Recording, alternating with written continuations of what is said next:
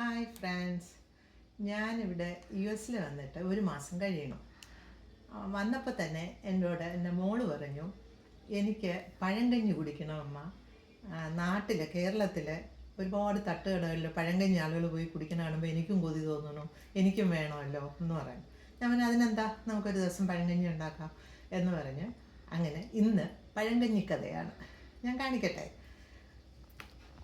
ഇന്നലെ തന്നെ ചോറ് വെച്ച് ഇന്ന് കഞ്ഞിയാക്കി വെച്ചിരുന്നു. അത് പുളിച്ചിട്ടുണ്ട്.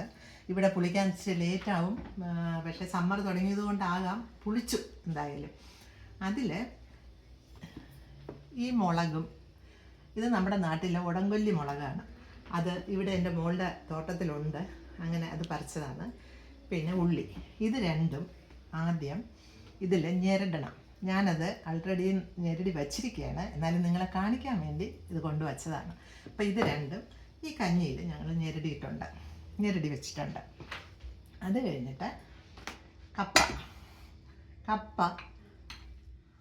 1 സ്പൂൺ കപ്പ എടുത്തിട്ടുണ്ട്.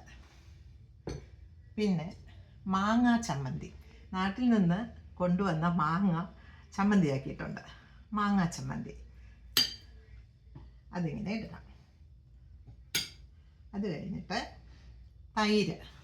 തൈര് നമുക്ക് ആവശ്യത്തിന്, അപ്പം ഞാനിടുന്ന പോലെ അല്ല, എത്ര വേണോ നമുക്കെടുക്കാം. പിന്നെ പുളിശ്ശേരി ഇതുപോലെ 2 3 എത്ര വേണോ നമുക്ക് നമ്മുടെ ഇഷ്ടത്തിന് എടുക്കാം. പിന്നെ മുളക്, ഇത് കാന്താരി മുളകാണ്. എൻ്റെ അവിടെ ഞാൻ നട്ട് വളർത്തി അതിനെ തൈരിലിട്ട് ഉണക്കി കൊണ്ടുവന്ന് വറുത്തതാണ്.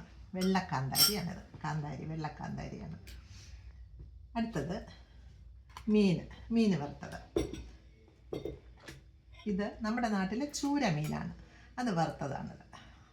ഇത് നാട്ടിൽ നിന്ന് കൊണ്ടുവന്നതല്ല, ഇവിടുന്ന് മേടിച്ചതാണ്, പക്ഷെ നമ്മളവിടെ ചൂര എന്ന് പറയുന്ന മീനാണ്.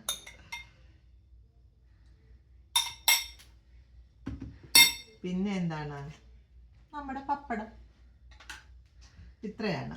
ഇതിനെ നല്ലവണ്ണം കുഴയ്ക്കണം. നന്നായിട്ട് കുഴച്ചിട്ട്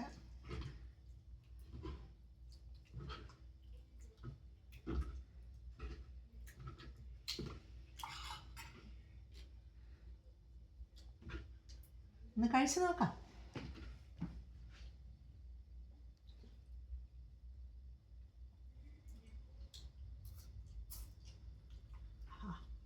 എന്ത് ടേസ്റ്റാണെന്നറിയോ. നിങ്ങളെല്ലാം കഴിച്ചിട്ടുണ്ടാവും, എന്നാലും ഞാൻ പറയുകയാണ്, വളരെ ടേസ്റ്റാണ് ഇതിനെ കഴിക്കാൻ. നല്ല സുഖമാണ് ഇത് കഴിച്ചു കഴിയുമ്പോൾ, വയറെല്ലാം തണുത്ത് നല്ല സുഖമാണ് ഇത് കഴിക്കാൻ. പിന്നെ എനിക്കിത് കഴിക്കാൻ പാടുള്ള കാര്യമല്ല, എന്നാലും നമുക്ക് എപ്പോഴെങ്കിലും ഒരിക്കൽ ശകലം കഴിച്ചാൽ പിന്നെ വലിയ ദോഷമൊന്നും ഉണ്ടാവില്ല. അതുകൊണ്ട് ഞാൻ ഇന്ന് വളരെ കുറച്ചെടുത്തു. Okay, by.